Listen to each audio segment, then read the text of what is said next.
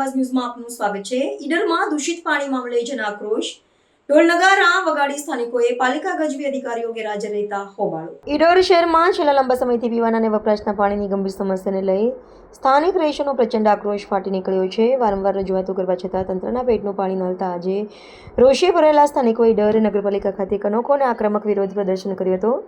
સ્થાનિક રહીશો ઢોલ નગારા સાથે પાલિકા કચેરીએ દોડી આવ્યા હતા અને તંત્રની કુંકણ નિંદ્રા ઉડાડવા પ્રયાસ કર્યો હતો।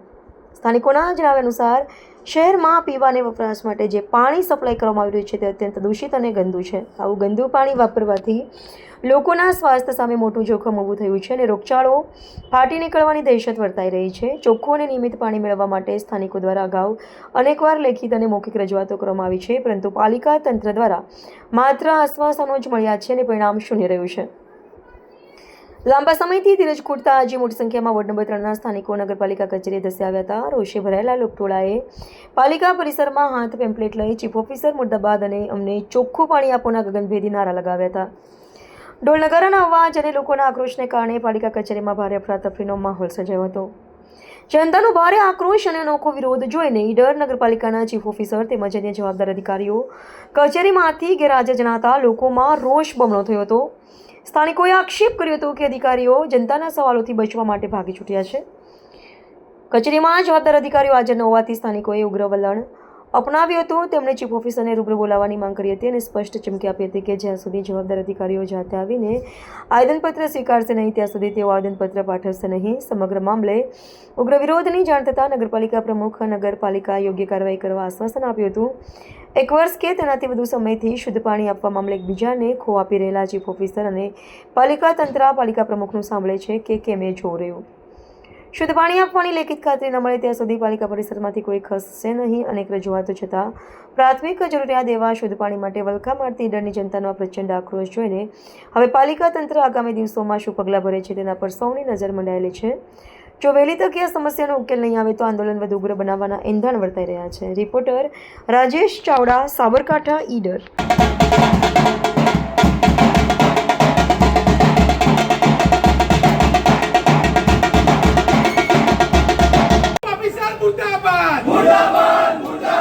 अधिकारियों ने मनमानी बंद करो, बंद करो, बंद करो। अधिकारियों ने मनमानी बंद करो, बंद करो, बंद करो।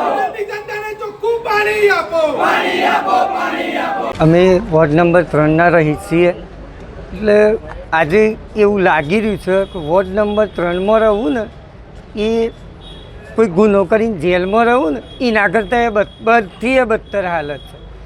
કેમ કે એક તો દૂષિત પાણી આવે, લાઇટની વ્યવસ્થા નથી, રસ્તા સારા નથી, ગટરની સમસ્યાઓ છે। અમે જે તે સમયે જ્યારે ત્યારે નગરપાલિકામાં ચીફ ઓફિસર સાહેબની રજૂઆત કરવા જઈએ તો ચીફ ઓફિસર સાહેબ પહેલાં તો મળતા જ નથી, કેમ કે અમે ટેક્સ નથી ભરતા, અમે અહીંયાના નાગરિક નથી એવું સાબિત કરે। અને એમને પરફેક્ટ એવું કીધું કે ટેક્સ નથી ભરતા એટલે ખરાબ પાણી આવે, અને આટલું દૂષિત પાણી આવે છે કે જે પીવા લાયક નથી, વાસણ ધોવા લાયક નથી આ પાણી। એ પાણી લઈને રજૂઆત કરવા જ્યાં સાહેબને પીવાનું પાણી આપ્યું તો સાહેબે ના પીધું।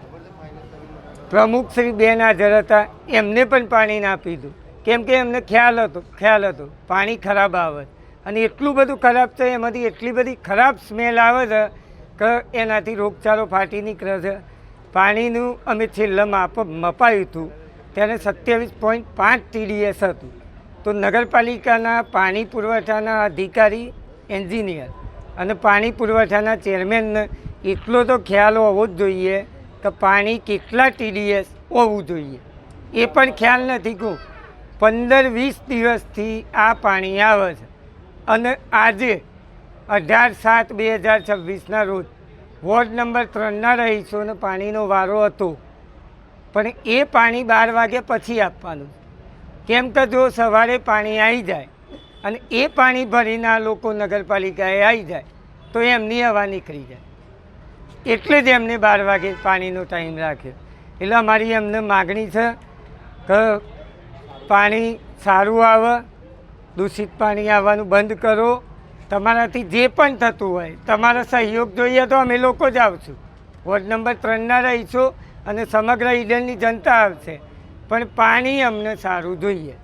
આવા ન્યૂઝ જોવા માટે સાબર આવાઝ યુટ્યુબ ચેનલને સબસ્ક્રાઇબ કરો અને લાઇક કરો, જેથી હવે પછીના દરેક સમાચાર સબસ્ક્રાઇબ કરેલા હશે તેઓને નવા સમાચારની માહિતી મળી જશે.